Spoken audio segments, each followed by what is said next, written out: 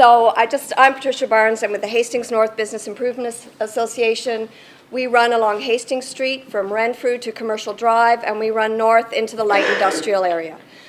I have been part of this Grandview-Woodland planning process since day one.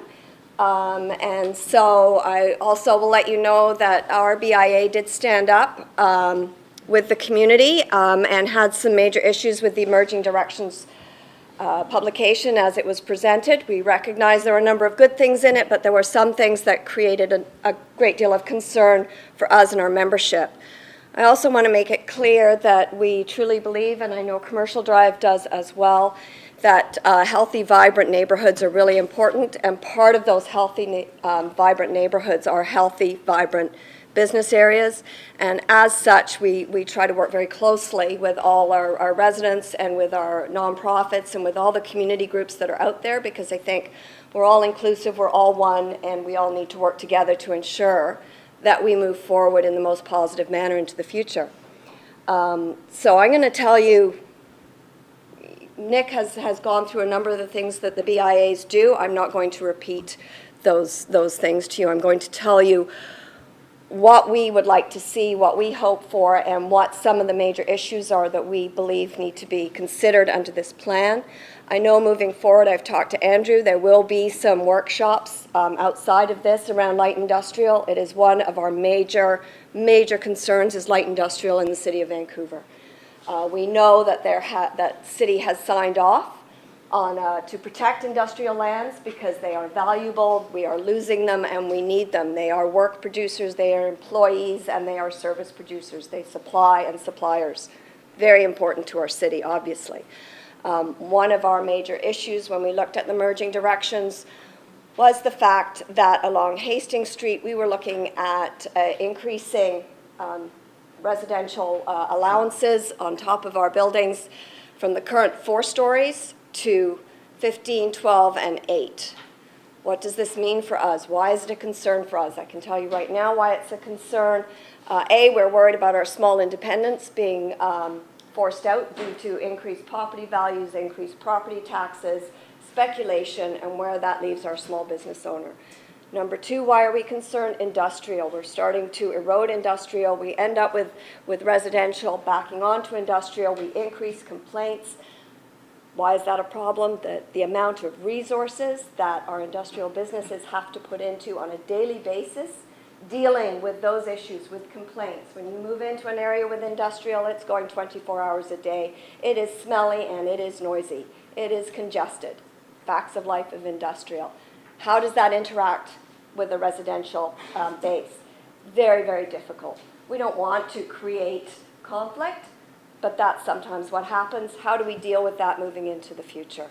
That's one of the issues that I think you guys will be looking at, and one of the issues that concerns us. Bike lanes. We also believe in multimodal. Very important. Multimodal transportation needs to be planned properly. How do we plan it to ensure that there's still access for pedestrians, bikes, buses, and cars? Yes, we're all still going to be driving, we all know that, so we need cars. How do we make sure that our businesses can survive, and how do we plan that so that they're still accessible for all modes of transportation? One of the things that we noted was they're talking about a greenway along Powell Street. How do we handle that with the type of congestion? I don't know if you've driven Powell Street, walked Powell Street.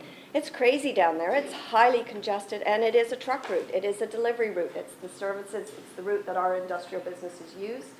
Victoria Drive, again, north of Hastings, it is an industrial area.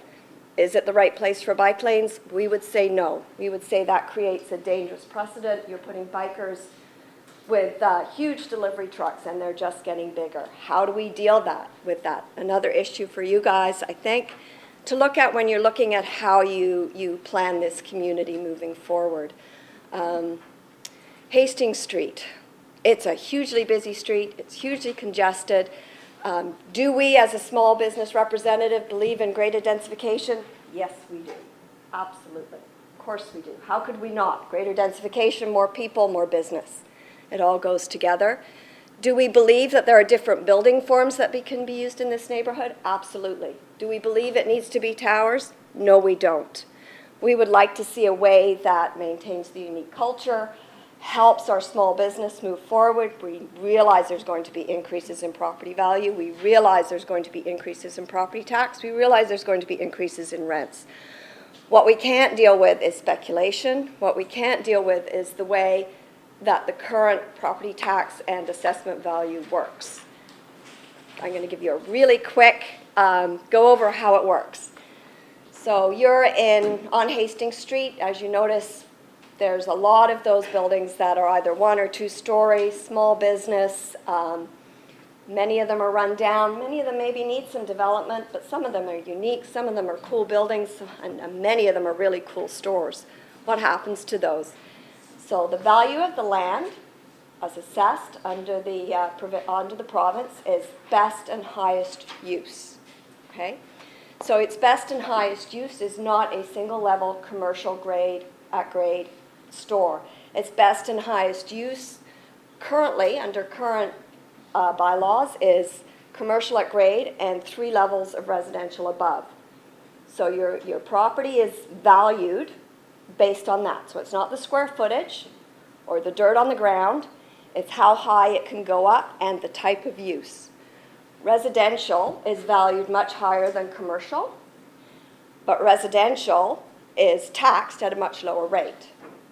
Fine. So what happens to our business when they get their assessment and they're only 1-story commercial? What happens is they get valued as if they've got 3 levels of residential above them. So imagine if that now goes to 12 or to 15, how that increases the value of the land. When it is taxed at the commercial property rate.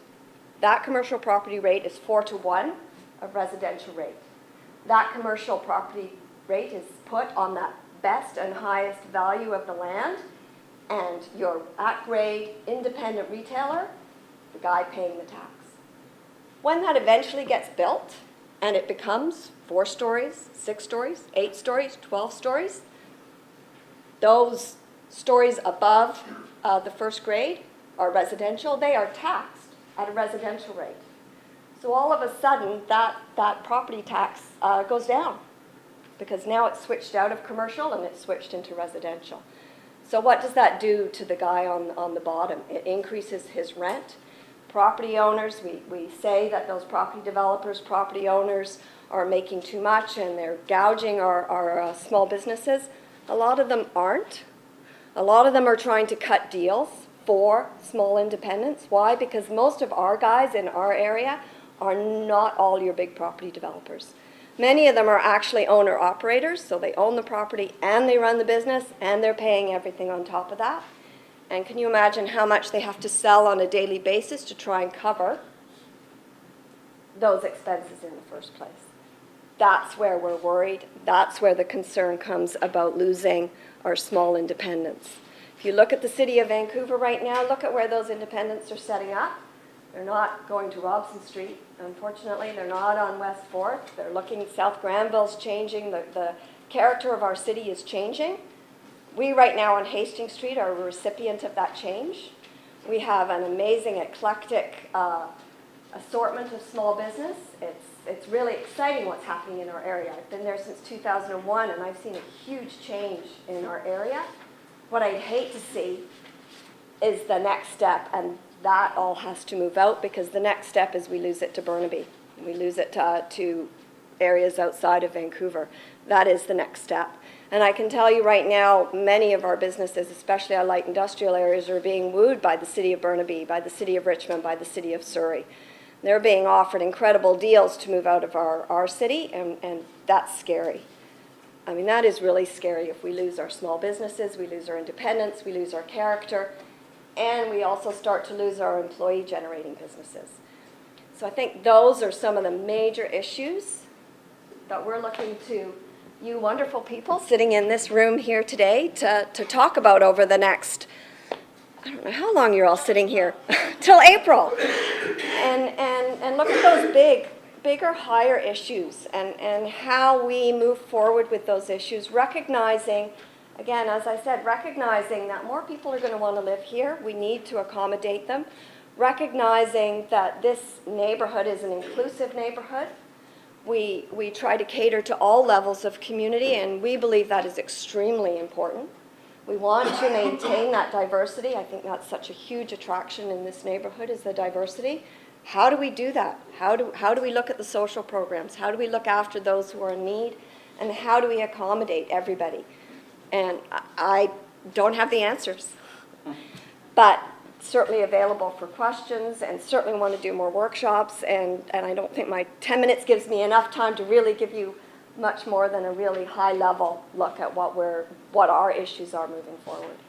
Do you have success stories from other cities where these kinds of situations have worked out well?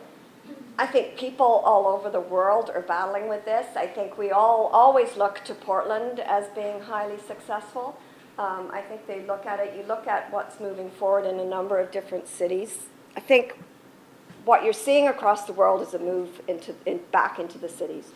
You're seeing a move back into the downtown, and I think talking to my colleagues across North America, everybody's trying to look at that intermix of commercial and residential, that how you accommodate diversity, both age diversity, cultural diversity, and economic diversity within their cities, and how you look at the impact of residential and commercial together when they land on that public street.